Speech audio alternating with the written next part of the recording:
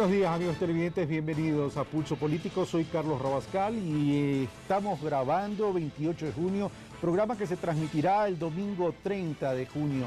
El día de hoy vamos a tocar el tema sobre Edward Assange y hemos titulado este programa el caso de Assange, Snowden, por favor.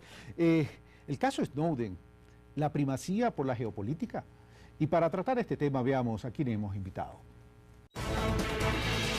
Francisco Carrión Mena, doctor en Ciencias Internacionales por la Universidad Central del Ecuador. Fue embajador de carrera del Servicio Exterior del Ecuador desde 1996 al 2010. Fue ministro de Relaciones Exteriores, embajador del Ecuador en España y representante del Ecuador ante las Naciones Unidas. Es profesor investigador de la Facultad Latinoamericana de Ciencias Sociales. Michel Levy, doctor en jurisprudencia de la Pontificia Universidad Católica del Ecuador. Tiene estudios complementarios en relaciones internacionales y política comparada. Es máster en Derecho Europeo e Internacional de la Universidad Católica de Lovaina. Coordinador del Centro de Estudios Internacionales de la Universidad Andina Simón Bolívar. Juan Paz y Miño, doctor en Historia, miembro de número de la Academia Nacional de Historia del Ecuador, vicepresidente de la Asociación de Historiadores de América Latina y el Caribe, profesor de la Pontificia Universidad Católica del Ecuador. Bueno, ellos son nuestros invitados y le damos la bienvenida a Michel Levy de la Universidad Andina Simón Bolívar, a nuestro ya amigo de casa, Juan Paz y Miño, historiador, y al embajador y ex canciller Francisco Carrión, con quien vamos a tratar este tema sobre el caso Snowden y la primacía en la geopolítica. Pero para entrar a desarrollar esta temática, veamos el reportaje que nos ha preparado Carlos Andrés Núñez. Nuevamente, el Ecuador está ante la mirada del mundo, luego que el ex analista de la Central de Inteligencia estadounidense, Edward Snowden, pidiera asilo político al gobierno ecuatoriano tras revelar una operación de espionaje informático por parte del gobierno de su país a través del Internet, utilizando redes sociales, correos electrónicos y números de teléfono celular. Sin embargo, los analistas coinciden en que detrás de esto existe un tema de fondo. Hay una tensión de derechos entre la protección de derechos básicos, derechos humanos básicos como la intimidad, y por otro lado el tema de la seguridad del Estado, de la seguridad nacional, que es lo que invoca a los Estados Unidos. El principal investigador de los Estados Unidos en esta temática, el famoso filósofo y semiólogo Noam Chomsky, ha indicado que después de Watergate, el caso que nos ocupa es el caso más importante en la historia del siglo XX y XXI de los Estados Unidos de Norteamérica, porque permite develar por primera vez algo que parecía ciencia ficción, y es que en tiempo real 1.600 millones de informaciones por minuto de computadoras y de celulares estén siendo procesadas por un país determinado. En tanto, frente a este pedido de asilo, según los especialistas, el Ecuador tiene todo el derecho de actuar con independencia y soberanía. Hace apenas un año atrás, el Ecuador en Ginebra fue reconocido, nada más y nada menos que por la Comunidad de Naciones del Mundo, en el examen periódico universal de la ONU, precisamente por llevar el liderazgo legislativo y de política pública de derechos humanos en diversos ámbitos. La Cancillería ecuatoriana ha tenido un discurso claramente orientado a desligarse de los intereses norteamericanos, desligarse de los Estados Unidos en términos generales, y asumir, virar la mirada hacia otros países con los que tradicionalmente no se ha tenido mayor acercamiento. Eso, visto así, la política exterior ecuatoriana es plenamente coherente. Y es que los avances logrados en la región en los últimos años llaman la atención. Las cosas se viraron en el mundo.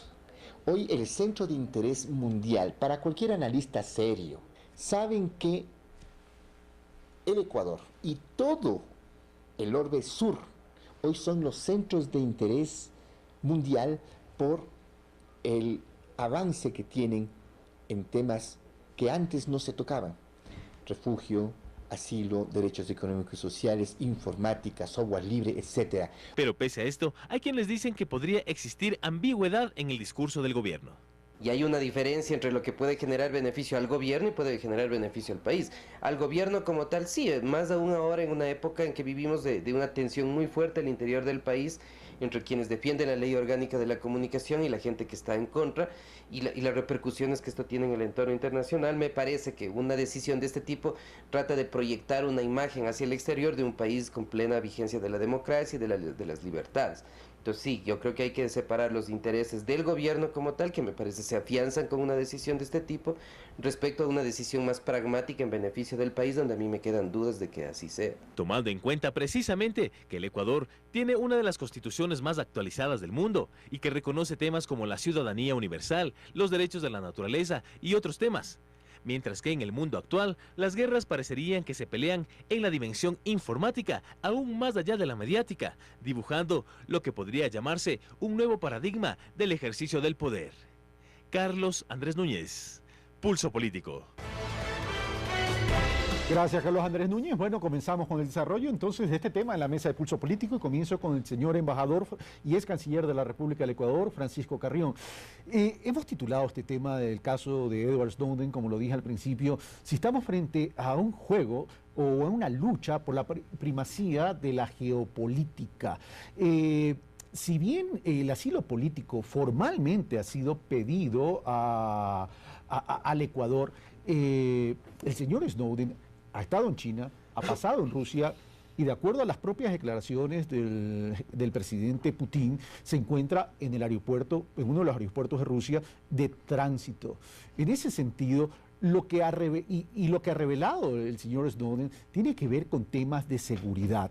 Uno de nuestros invitados en el reportaje dice, estamos frente a un problema de derechos humanos y un tema de seguridad.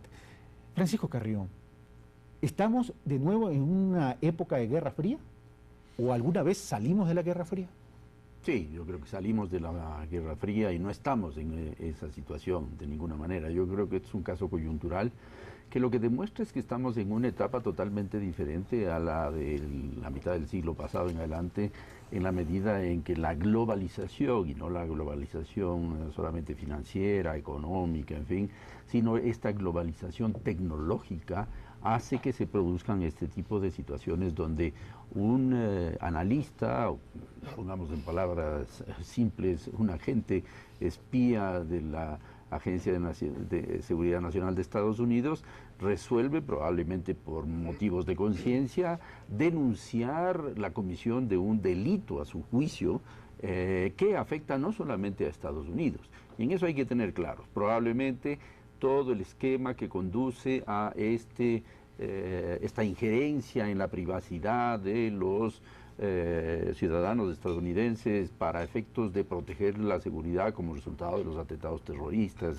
y la vida de tensión y presión que viven en ese país, pero que en este caso se expande a todos los ciudadanos del planeta, ha llevado a que esta situación nos importe a todos los ciudadanos del mundo.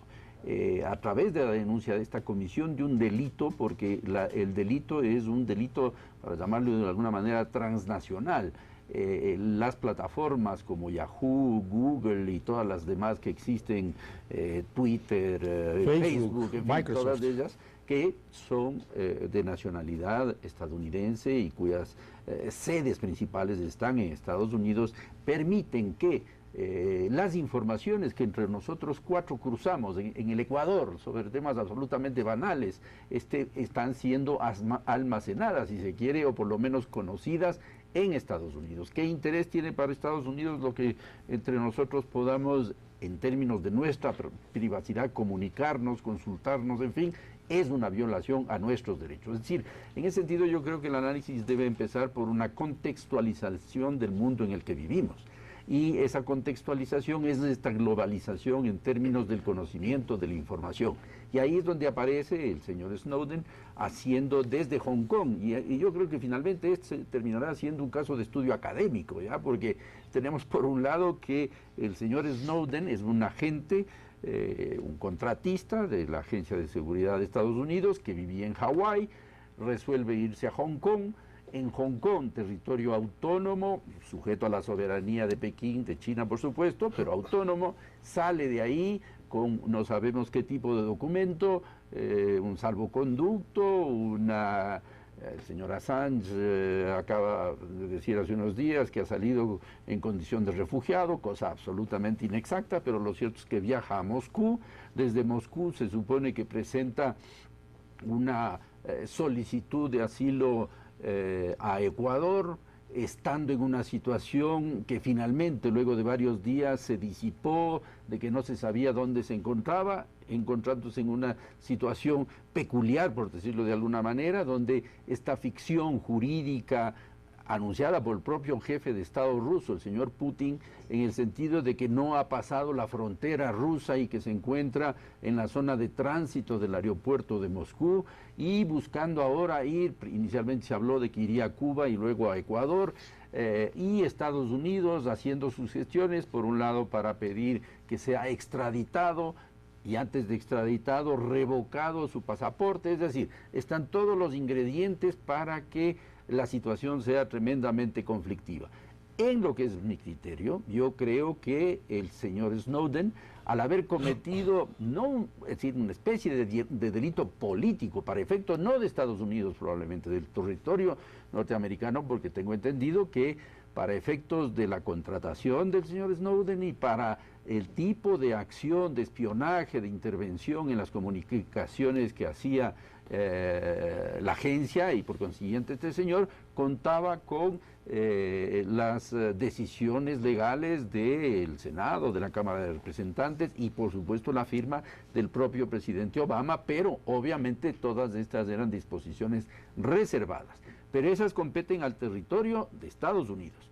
El momento en que ese delito trasciende fronteras y nos afecta a todos los demás ciudadanos del planeta, Ecuador, yo creo que legítimamente se ve afectado en la medida en que tiene la obligación también de proteger a sus ciudadanos. Y si hay una denuncia de la comisión de un delito que a mi juicio es político, probablemente no en Estados Unidos, en el territorio, en la jurisdicción de Estados Unidos, pero sí en el resto del mundo, y el segundo requisito para la concesión del asilo es el de que su vida o su integridad física corra real e inminente peligro, yo creo que la situación está dada. Pero ahora se presenta una nueva, y por eso es que lo que podemos estar conversando hoy día viernes al domingo pueden cambiar algunas cosas. Tenemos una situación absolutamente peculiar, que es que el señor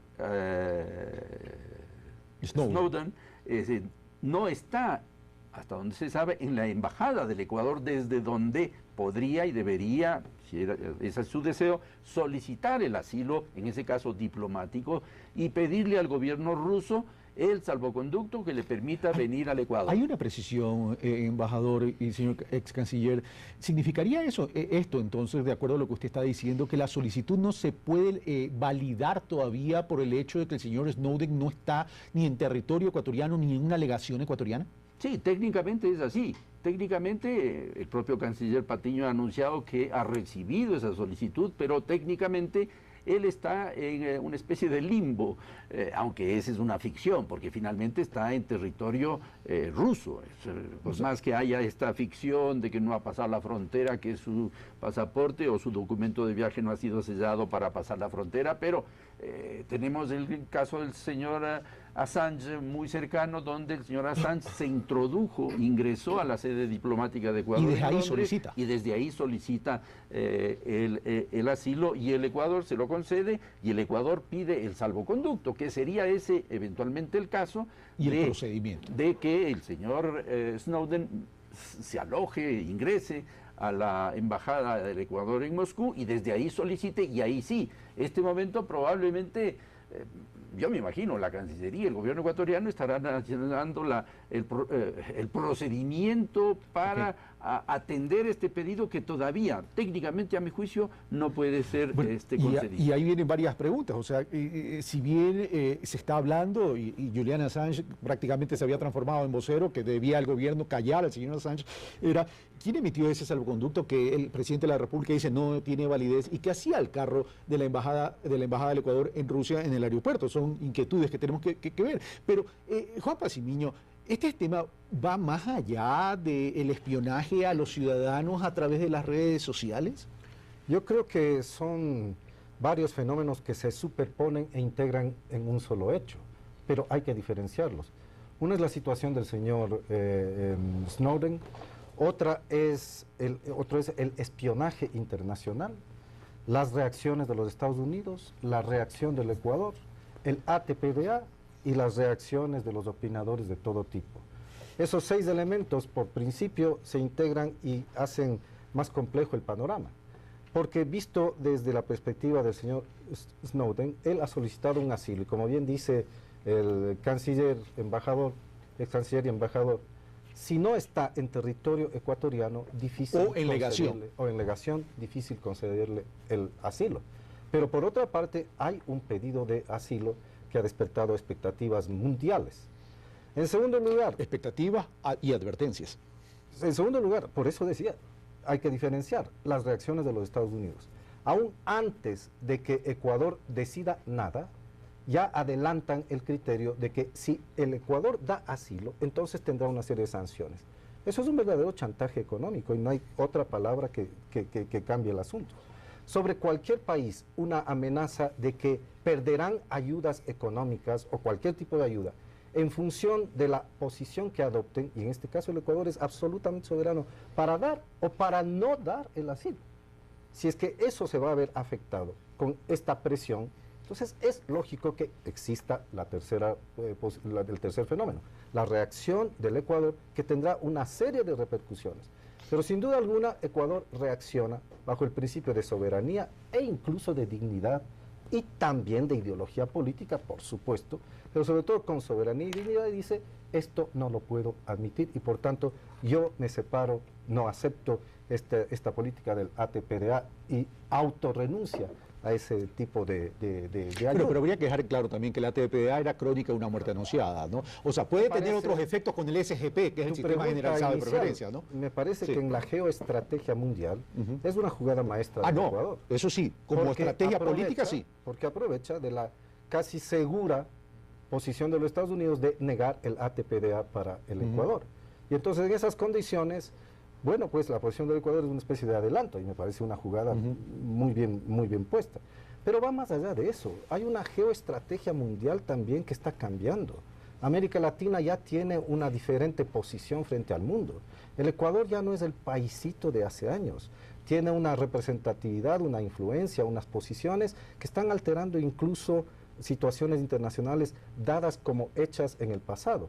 El cuestionamiento a las entidades internacionales, qué sé yo, Comisión Interamericana de Derechos Humanos, la OEA, una serie de resoluciones de las Naciones Unidas, el mismo esquema de instituciones que nacieron de la Segunda Guerra Mundial, como el Fondo Monetario Internacional, los acuerdos de Bretton Woods, etcétera, están alterando el panorama. No es solo el Ecuador, pero el Ecuador está inscrito en este problema, en esta situación, no problema, en el cual América Latina entonces está marcando una nueva era y en ese tránsito se despiertan pasiones y surgen desde luego nuevas opciones. El otro asunto, el ATPDA, bueno, eso también provoca reacciones y provoca riesgos. Si es que el Ecuador asume como parte de su posición soberana y digna la renuncia al ATPDA, eso puede traer riesgos al país. Pero también, ¿qué vamos a privilegiar? ¿La parte comercial, la parte económica, la parte empresarial? ¿O también podemos privilegiar la situación de soberanía y de dignidad? Pongo un ejemplo muy práctico e histórico. Si los próceres de la independencia de 1809 habrían pensado en las consecuencias económicas del acto de independencia, jamás se habría hecho esta, porque la crisis en la que entró después de la independencia la Sierra Centro-Norte duró todo un siglo. Así es que bien podríamos culparles a los próceres de la independencia de haber privilegiado la soberanía y la dignidad por sobre la situación económica, y no es así. Entonces hay momentos en los cuales esa soberanía cuenta, esa dignidad cuenta, la posición de un país cuenta. Y termino. Entonces el asunto del ATPDA no debe ser confundido en estricto rigor y las repercusiones económicas con el otro asunto relativo a si se le da o no el salvoconducto pues para que venga al país, que ya está visto que no se puede hacer mientras no esté esta persona en territorio o legación ecuatoriana. Ok, gracias Juan Pacimiño. Ahora, Juan Pacimiño tiene ahí una posición clara, dice, no debemos agachar la cabeza, no lo dijo con esas palabras, pero lo estoy interpretando, tenemos que privilegiar los principios, lo mismo lo dijo el canciller, a nuestros intereses. Alexis Ponzi dice, tenemos que separar los intereses del gobierno de los intereses del país, y ahí hay una clara diferencia. Santiago Basabe me parece que dice eso. Bueno, uno de los dos, pongamos, porque no puedo repetir ahorita, pero me pareció que, bueno, uno de los dos lo dijo. El tema es el siguiente, aquí estamos hablando del ATPDA, pero no solo es el ATPDA ya estaba por vencer, más que seguro no se lo iba a renovar, de hecho era un tema que ya lo sabíamos desde mucho antes, el gobierno nacional había dicho, vamos a establecer mecanismos de compensación de 23 millones, pero los riesgos también son el sistema general de preferencias, 100 millones de dólares. Pero adicionalmente, no solo nos quedamos en los 100 millones de dólares, porque no es cuestión de números, sino que también estamos hablando de la potencialidad de un país en términos de crecimiento, pero por otro lado, estamos hablando que esto podría alterar toda la planificación de los próximos 4 años del país, con todo este tema del cambio de la matriz productiva que requiere de grandes inversiones de capitales privados y de potencias ricas a efectos de poder implementar todos estos ejes estratégicos que el gobierno mismo lo ha anunciado. Ya la reforma política el gobierno la consolidó y dijo, estos 4 años son los años de la producción. Michelle. Bueno, estamos saltando de un tema de política exterior a un tema de manejo económico interno. Yo creo que es importante, yo siempre trato de diferenciar lo que son los temas de política exterior de los temas de la política comercial. Y en ese sentido, pues obviamente es cierto que las represalias pueden venir de un lado, del lado de política exterior o del lado de política comercial también. Si vamos a tratar el tema de Snowden, del posible asilo, de que Ecuador le conceda y de que las amenazas de los Estados Unidos se den, de alguna forma se vean plasmadas en actos, ¿no? En hechos. El ATPDA, mirándolo desde esa perspectiva, claro, ya era un tema que estaba casi dicho que no se iba a renovar, básicamente porque los otros estados que eran beneficiarios o ya decidieron, los Estados Unidos decidió no continuar con esa concesión unilateral, o los otros ya tienen tratados de libre comercio. Entonces, por decirlo así, esta lógica de manejo de este discurso de ATPDA, yo creo que no tiene una relación directa con el tema Snowden, al menos desde mi perspectiva. ¿Por qué? Porque yo creo, básicamente, escuchando o leyendo las declaraciones que hicieron los congresistas de los Estados Unidos, los senadores de los Estados Unidos, ellos planteaban que justamente era el tema que estaba en agenda sobre Ecuador que se iba a tratar. Probablemente ellos ni saben dónde está el Ecuador, es lo más seguro. Pero como había un tema en agenda que tenía referencia al Ecuador y que es un tema de preferencias comerciales y todo, el momento en que hacen la declaración y plantean justamente el hecho de decir no, es decir, la forma, si estos países comienzan a rebelarse contra la posición de los Estados Unidos y comienzan de esta perspectiva a decir no, le vamos a este señor que tiene un proceso iniciado en los Estados Unidos, le vamos a conceder un asilo político, nosotros nuestra represalia va a ir por el lado de que no le vamos a dar estas preferencias arancelarias, que ya era un hecho que no le iban a dar. Desde esa perspectiva yo creo que es muy acertada la posición del gobierno de haber develado esto y de haber dado un paso anterior y decir no, es decir, nosotros no estamos en este momento esas preferencias, igual nosotros ya sabemos que no las íbamos a recibir por todo el contexto que ya se daba.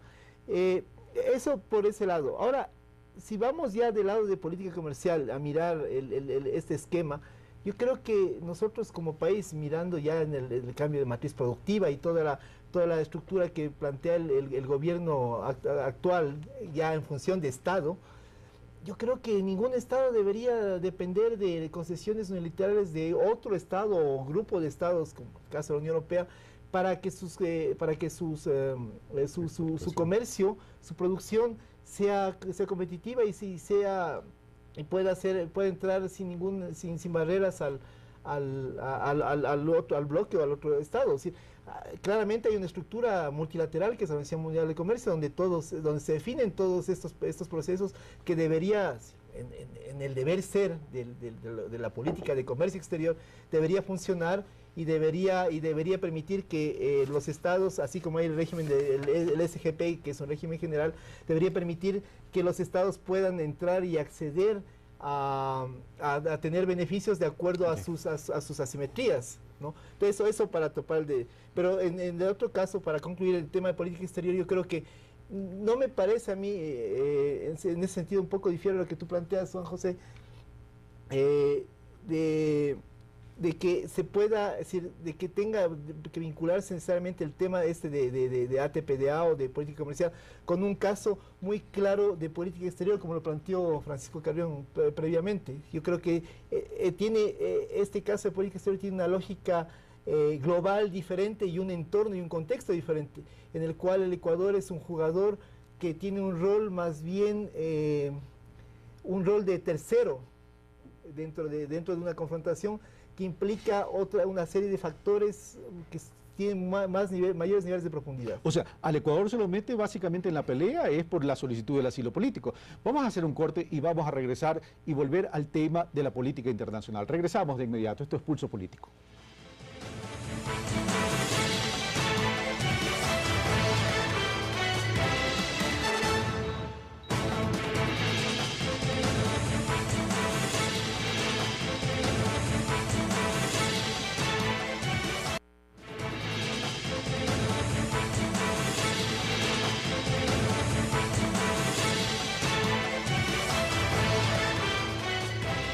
Estamos de vuelta, amigos televidentes, esto es Pulso Político, estamos hablando sobre el caso de Edward Snowden, la primacía por la geopolítica. Bueno, estamos con Michelle Levy, Juan Pazmiño y Francisco Carrión analizando este tema, pero antes de iniciar o continuar con el análisis, veamos lo que opina Franklin Ramírez de la Flaxo sobre este tema. El resto de la región no ha habido un acompañamiento del bloque de aliados que en estos años ha construido el gobierno ecuatoriano y a los procesos de integración que se ha sumado, ¿no? Hay muchísima prudencia al respecto.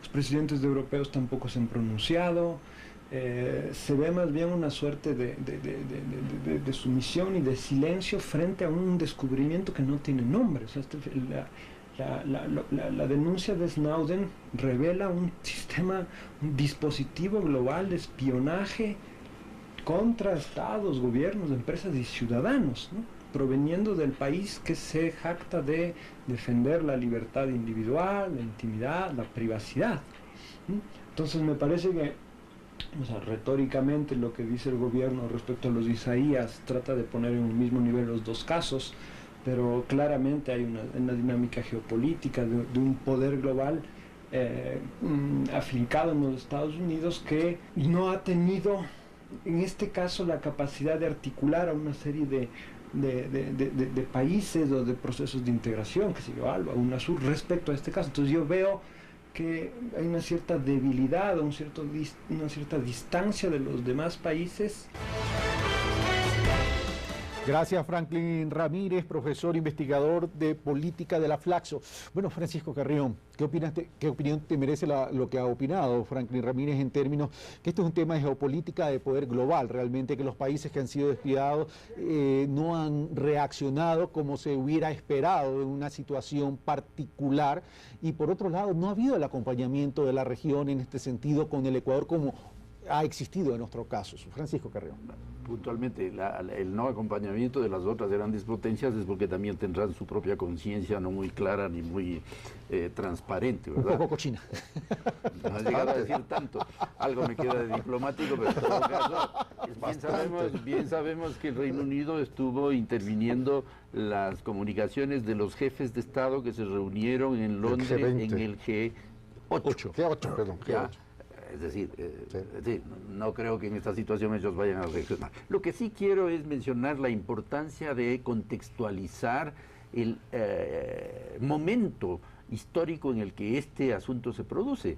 Estamos en una profunda globalización en todos los ámbitos. Ya creo que lo dije, pero insisto, es indispensable tener presente esa globalización en la que vivimos. Uno. Otro que ya lo mencionó, me parece al paso, Juan, es el tema de que esta América Latina, la de hoy, la de 2013, es totalmente distinta a la de hace, vamos a poner, una generación, 25 años, 30 años, donde los Estados Unidos ejercían un poder, una injerencia, una influencia pues clarísima, inclusive a través de la fuerza. cercanos están a nosotros los recuerdos de la invasión a la República Dominicana, Panamá, a Grenada, en fin, ejemplos no faltan. Ahora eso ya no es posible. América Latina tiene su propia identidad, tiene, mal o bien, con deficiencias, en fin, tenemos sistemas democráticos que rigen, una institucionalidad más fuerte, siempre con las limitaciones inevitables de un continente que se va consolidando. La opinión de Latinoamérica y sobre todo, y ahí bueno es un apasionamiento personal mío, de Sudamérica, es totalmente diferente. Ahí tenemos un liderazgo importante de Brasil, ¿verdad?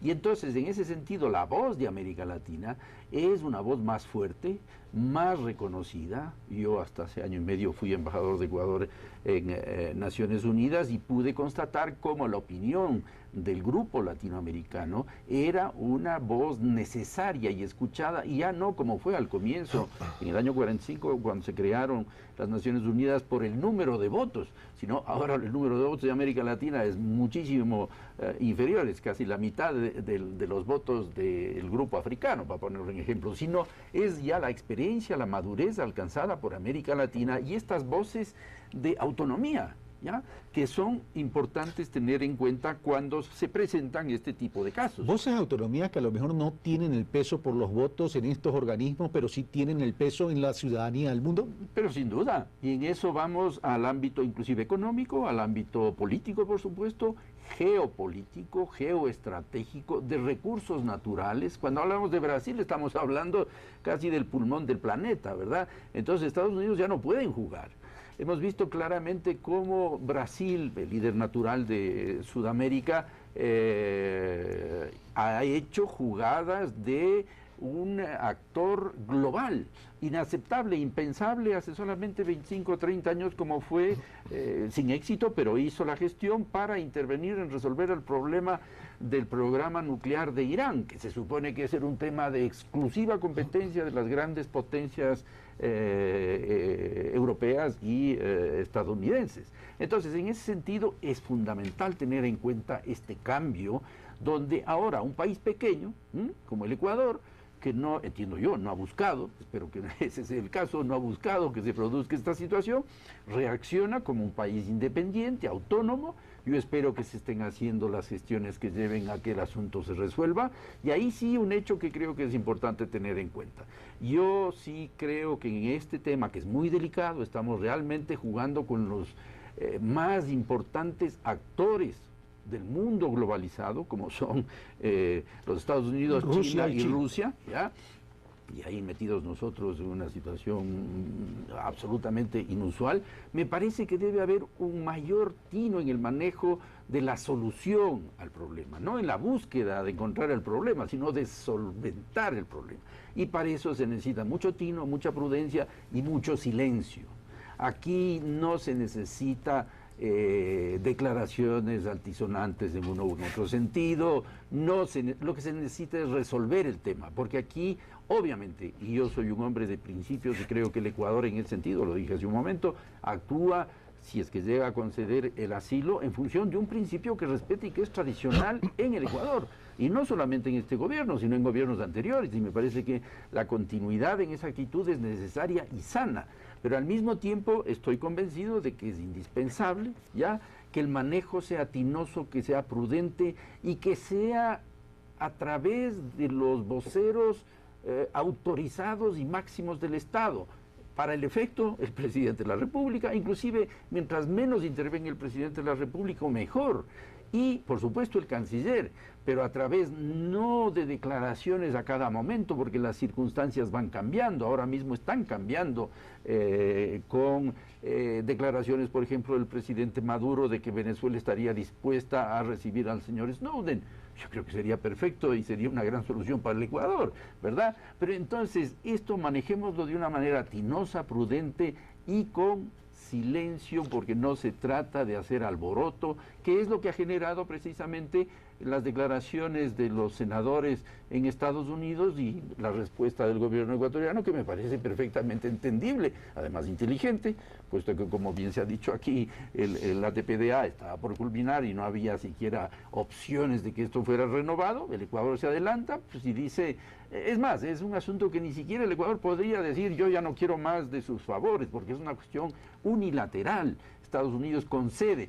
El Ecuador podía hacer o no hacer ninguna declaración. Pero desde la lógica política es una estrategia que lo posiciona al Ecuador en esa Liga Mayor. Por eso digo, es una jugada inteligente, ya eso no hay ninguna duda, pero aquí no se trata de este tipo de situaciones que finalmente afectan, por supuesto, a nuestro país. Y lo que está la diplomacia, lo que está el gobierno es en obligación de buscar salidas a esos problemas.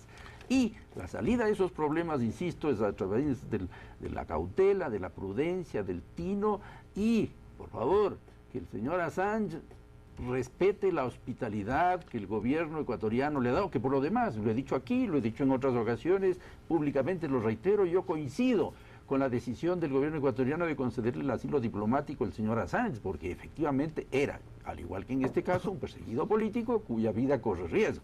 Ahora, para los efectos de la situación actual es diferente, pero el señor Assange debería respetar la hospitalidad y guardar silencio. Y de lo que se trata en el fondo, insisto, es de resolver el problema para defensa de los intereses ecuatorianos. Y muy poco hace las declaraciones del señor Assange y las de su organización Wikileaks para ayudar a resolver este problema que afecta a los intereses del país que le ha dado la hospitalidad. Ahora, pero en ese sentido, Francisco Carrión, voy donde Juan, dice, tenemos que actuar con tino, tenemos que actuar con prudencia y mientras menos hablemos, mucho mejor. La primera decisión es callar al señor Assange, es decir, que no se convierta en vocero del gobierno ecuatoriano, porque además daba información que no era oficial y eso ponía más leña al fuego en la relación esta de Estados Unidos-Ecuador. Pero, sin embargo, de aquello, el propio canciller de la República da una rueda de prensa en Vietnam, por cierto, tremendamente mal organizada. Esa rueda de prensa no fue inapropiada, no fue inoportuna, porque más allá de la lectura de la carta de solicitud de asilo del señor Snowden, ahí no se emitieron juicios de valor y no nos metimos ahí en problemas y no prendimos más o calentamos más la relación. Lo que sucede es que debemos partir de una concepción muy clara para el Ecuador, para nosotros, todos los ciudadanos. El Ecuador no ha generado este problema. Eso está claro. El Ecuador es víctima, por ponerlo en esas palabras, de una situación histórica inédita. Porque es una situación histórica, además, inédita. No hemos tenido a lo largo de la historia otro tipo de confrontaciones similares a esta. Por ejemplo, el gobierno de Rodrigo Borja tuvo que expulsar al embajador norteamericano por declaraciones políticas. El nacionalismo revolucionario, cuando hizo la nacionalización literalmente del petróleo, confrontó con los Estados Unidos en materia petrolera, pero ellos también tenían por debajo de la mesa su posibilidad de hábilmente manejar la venta de armas. Recordando la guerra del atún, Velasco Ibarra capturó varios navíos norteamericanos que pescaban en el área de 200 millas. Pensemos en Carlos Julio Arosemena, 1963, derrocado por acciones directas de la CIA en el Ecuador, denunciadas por un ex agente de la misma entidad, en un libro famoso, Inside the Company, de Philippe Agee. Bueno, es una situación inédita. Y en esas condiciones, las circunstancias han venido cambiando no solo de día a día, sino de horas en horas.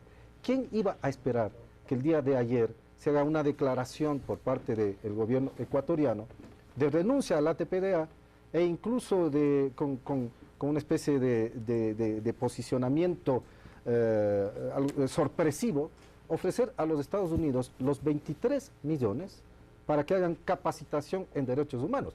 Yo creo que nadie se lo esperaba, una posición de ese sentido. En este proceso, las palabras están de más, probablemente de Assange.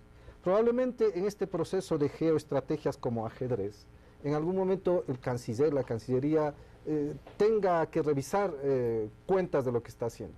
Pero en este mismo proceso los Estados Unidos también tiene que medir sus condiciones. Eso es evidente. Y tiene que repensar el tema de la política exterior de Estados Unidos, así como Ecuador. Pero voy a lo siguiente. A ver, la rueda de prensa del gobierno, ya como vocería oficial en el Ecuador, sobre el tema de renunciar al ATPDA, ofrecer los 23 millones como para capacitar en derechos humanos a los Estados Unidos, eso es un juego estratégico. Pero vamos al tema de la rueda de prensa de Vietnam. Mientras más palabras que no guarden o no estén al amparo de una estrategia, le quita espacio, maniobrabilidad al Ecuador. Es probable, no me atrevería a juzgarlas tan directamente, si son buenas o si son malas.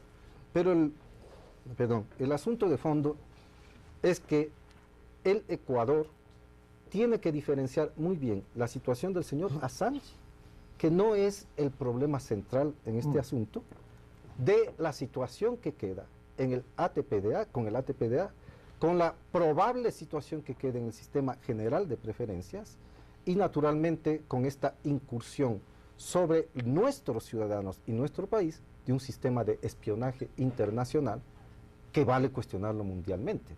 Es muy probable que en las Naciones Unidas deberíamos tratar un tema que fije límites éticos, políticos, diplomáticos a las estrategias mundiales de seguridad a fin de preservar también las libertades y los derechos ciudadanos de todo el mundo.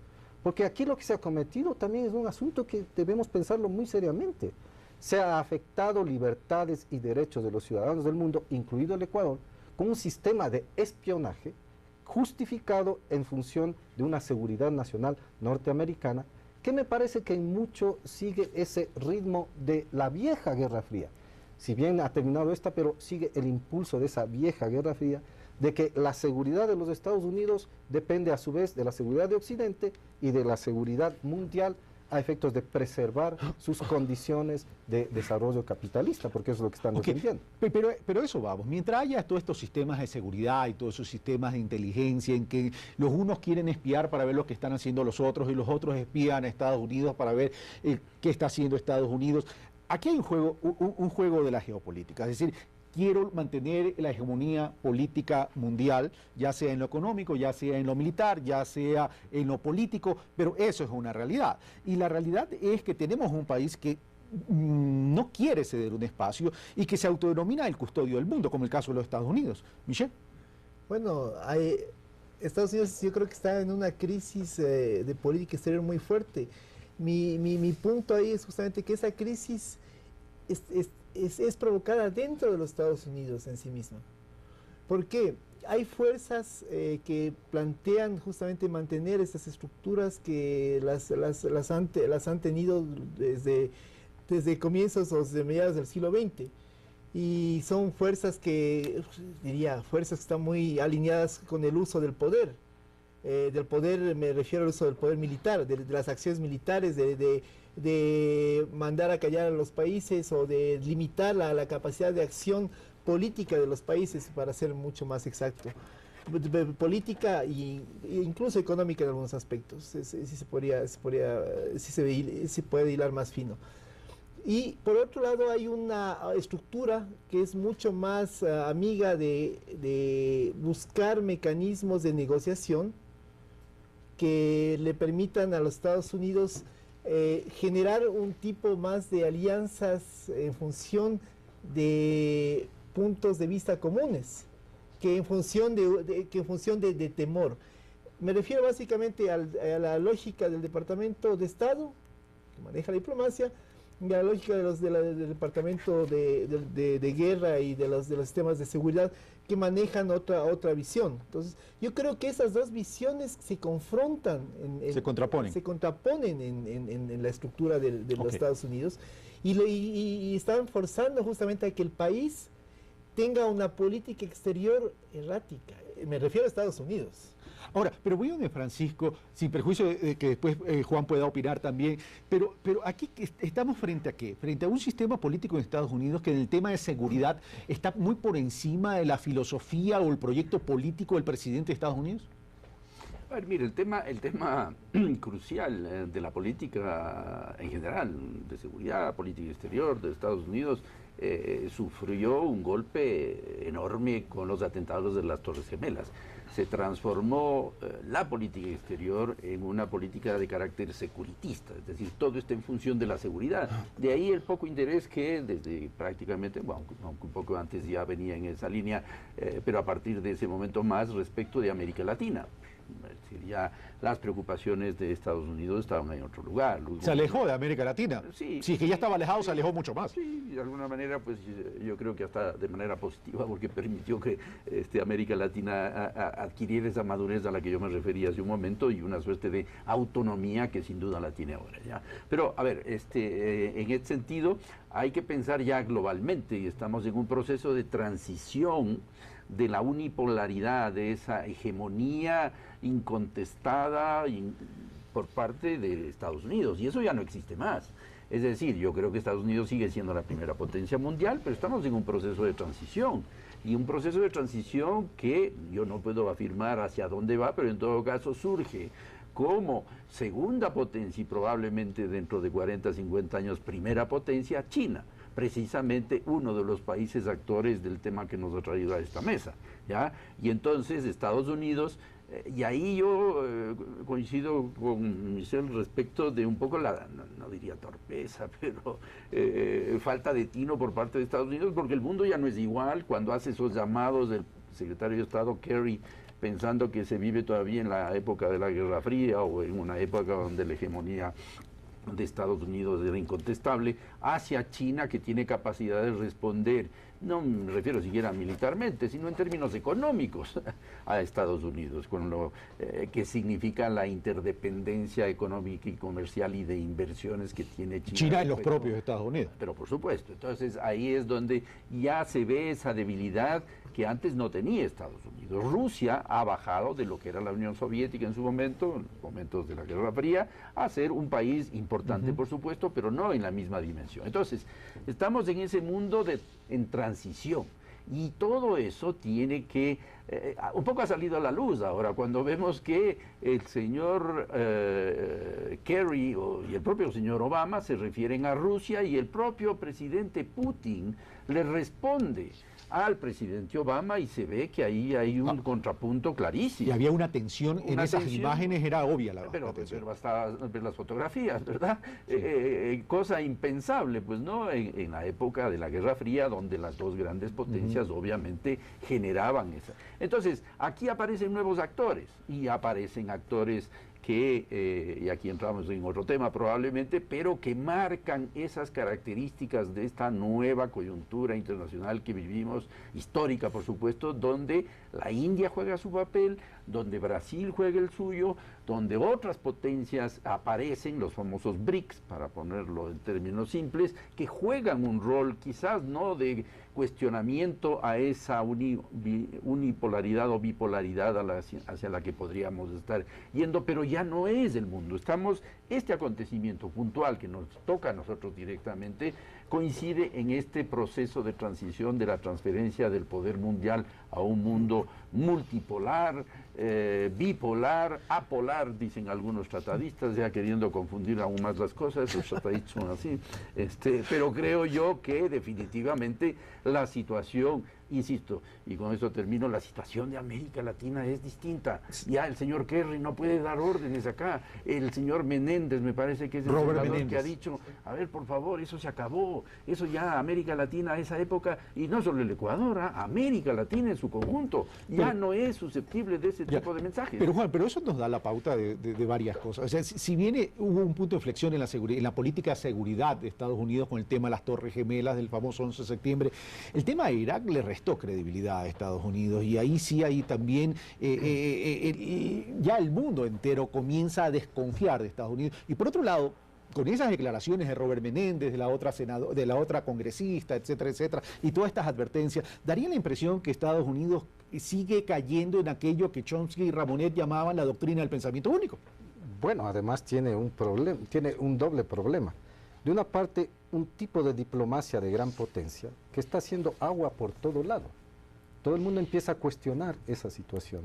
Y a propósito de la revelación del espionaje internacional, se ve muy claro que ese tipo de espionaje ya no es concebible para el mundo contemporáneo porque afecta a soberanías de países y afecta a ciudadanos de todo el mundo, incluidos los ciudadanos norteamericanos. Porque antes uno podía entender la seguridad de los Estados Unidos, pero siempre vigilando a otros extraños. Ahora resulta que en su interior tienen que vigilar. Y también hace aguas internamente. El caso de Assange, el caso de Snowden, está demostrando que surgen americanos mismos que sienten la necesidad de denunciar ese tipo de diplomacia. El propio soldado Manning, ¿no? Eso, uno. Y dos, el sistema de seguridad que tienen. Está resultando que los Estados Unidos tendrán que resolver un sistema de seguridad que incluso es capaz de engañar al propio presidente, como ocurrió en lo de Irak y la búsqueda de armas masivas de destrucción que hasta ahora no se encuentran, y que provocan que los Estados Unidos como tal, como gobierno, asuman a veces decisiones que parecen no compadecer con las necesidades del mundo, pues. Esto mismo de ubicar al Ecuador a la misma altura, porque así es otra de las informaciones que nos llega, que China, Rusia y Ecuador casi no tienen que hablar, porque son países que están violando la libertad de expresión. Bueno, eso es desconocer lo que está pasando, por lo menos en mi país, con respecto a la libertad de expresión. Otro tema para debate en otro momento.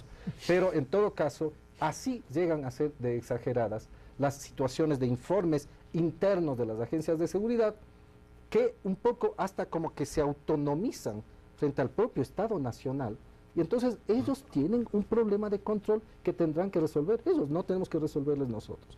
Para nosotros, sin duda alguna, nos resulta que debemos asumir posiciones en función de respuesta nacional de una parte, pero también de respuesta estratégica continental latinoamericana y específicamente sudamericana, porque no es Centroamérica, no es el Caribe, sino Sudamérica la que está creando situaciones de estrategia continental y mundial inéditas también.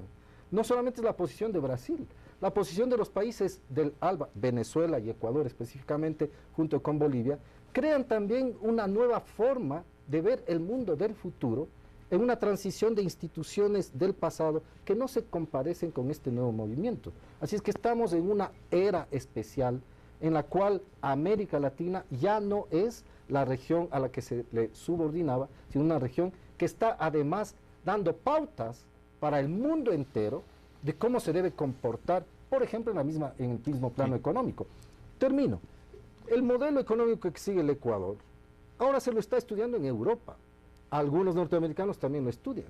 Pero sin duda alguna representa un jaque mate a las políticas neoliberales de los años 80 y 90. Entonces ahí tenemos como un paisito, como a veces se lo tiene, está demostrando que siguiendo otro tipo de alternativas, no frente a las comunes, es capaz de incidir mundialmente. Puede romper los paradigmas. Y romper paradigmas tradicionales. Ok, voy donde Michelle. Michelle, pero a ver, lo cierto es que Ecuador recibe la solicitud, pero el señor, como dice Francisco, está en el limbo. De pronto, el señor no termina de llegar al Ecuador y puede ser sujeto de negociación entre Rusia y Estados Unidos.